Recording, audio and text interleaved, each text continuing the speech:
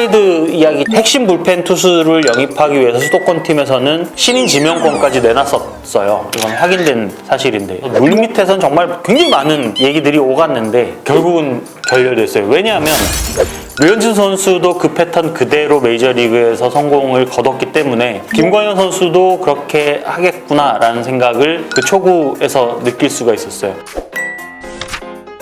갑시다.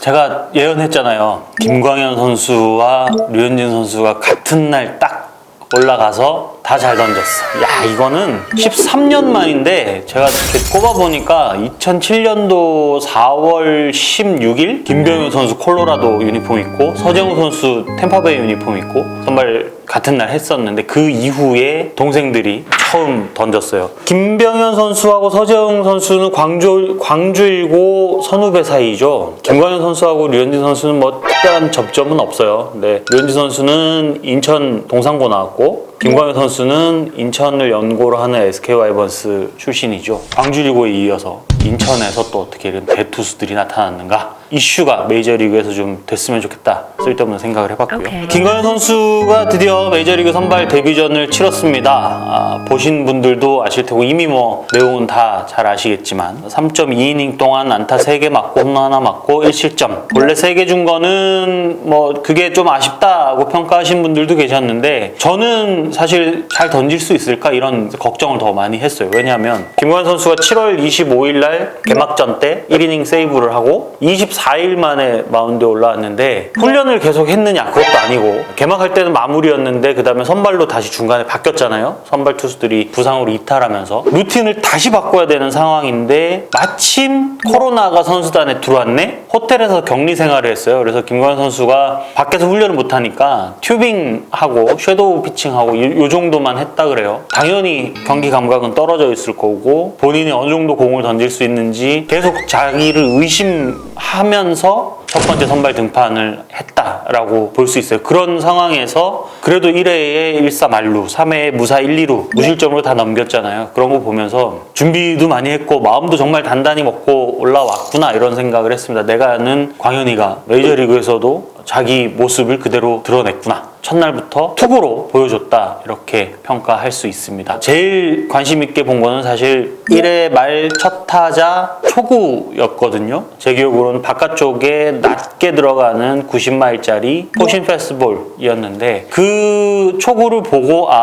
일단 본인 스타일대로 한번 해보는구나 라는 생각을 했어요. 무슨 얘기냐면 KBO 리그에서는 어쨌든 타자들을 조금 뭐랄까 유인하고 타이밍을 빼앗고 이런 유형의 투구를 많이 하잖아요. 그러니까 그 패턴이 류현진 선수도 그 패턴 그대로 메이저리그에서 성공을 거뒀기 때문에 김광현 선수도 그렇게 하겠구나라는 생각을 그 초구에서 느낄 수가 있었어요. 오른쪽 타자의 바깥쪽 낮은 코스는 눈에서 제일 먼 거리에 있죠. 이 코스로 날카롭게 공이 들어오면 타자 입장에서 제가 타자면 오른쪽으로 이렇게 서 있으면 왼쪽이니까 거의 이런 식으로 올 거 아니에요. 내 몸 쪽으로 이런 느낌인데 바깥쪽으로 낮게 이렇게 가요. 그러면 이렇게 보는 시야가 되죠. 근데 이게 스트라이크 존에 들어왔다 살짝 나갔다 하면 타자 입장에서는 중심이 슬라이더 투수임에도 불구하고 중심이 자꾸 이렇게 가게 돼요. 시선 따라서 몸이 반응을 하니까 이렇게 가다 보면 안으로 쑥 들어오는 슬라이더에 뭐 손잡이 쪽에 맞거나 헛스윙을 하거나 땅볼이 되거나 뭐 이런 패턴으로 가게 되죠. 끌려가게 되죠. 김광현 선수가 오늘 그 모습을 이 초구를 통해서 이런 볼 배합을 하겠다라는 거를 보여줬고 그게 1회 1사 만루에서 이한헵을 상대로 포심, 원바운드 슬라이더, 몸쪽 포심으로 헛스윙 삼진 잡아내는 그 결과로 이어졌다고 볼 수 있습니다. 그리고 구속차도 줬죠. 큰 커브 68.9마일 정도 나왔던 그러니까 뭐 110km 정도 될 텐데 느린 커브, 각이 큰 슬라이더, 빠르게 들어오는 고속 슬라이더 두루 활용을 했고 체인지업도 과감하게 던지는 모습을 볼 수 있었어요. 체인지업에 사실 시카고 컵스 타자들이 좀 당황했는데 김광현 선수가 사실 포크를 던지긴 했습니다만 KBO 리그에서도 메이저리그 진출을 염두에 두고 포크 연마를 했었거든요. 근데 포크가 아니라 체인지업이었다는 것에 저는 또 한 번 놀랬고 그러면 언젠가는 김광현 선수가 포크도 던지겠구나라는 생각을 했습니다. 어떤 타자냐 분석해서 본인이 그 역할을 할 거라고 포크볼을 활용해서 커브, 포크, 체인지업 이런 것들, 그러니까 타자가 자꾸 앞으로 이렇게 가게 만드는 그런 공들을 던지지 않을까 이런 생각을 해봤습니다. 그래서 저는 개인적으로 오늘 뭐 99점 주고 싶고요. 왜 1점을 남겨뒀냐면 구속이 조금 더 올라오긴 해야 돼요. 첫 선발에서는 92마일까지 나왔는데 김광현 선수가 정상 컨디션일 때는 95마일, 96마일까지도 때릴 수 있는 투수. 그렇게 보면 슬라이더를 90마일 가까이, 90마일 이상 던질 수 있다는 계산이 나오죠. 그 포심의 구속이 뒷받침되면 김광현 선수는 더 괴물로 성장할 수 있지 않을까. Okay.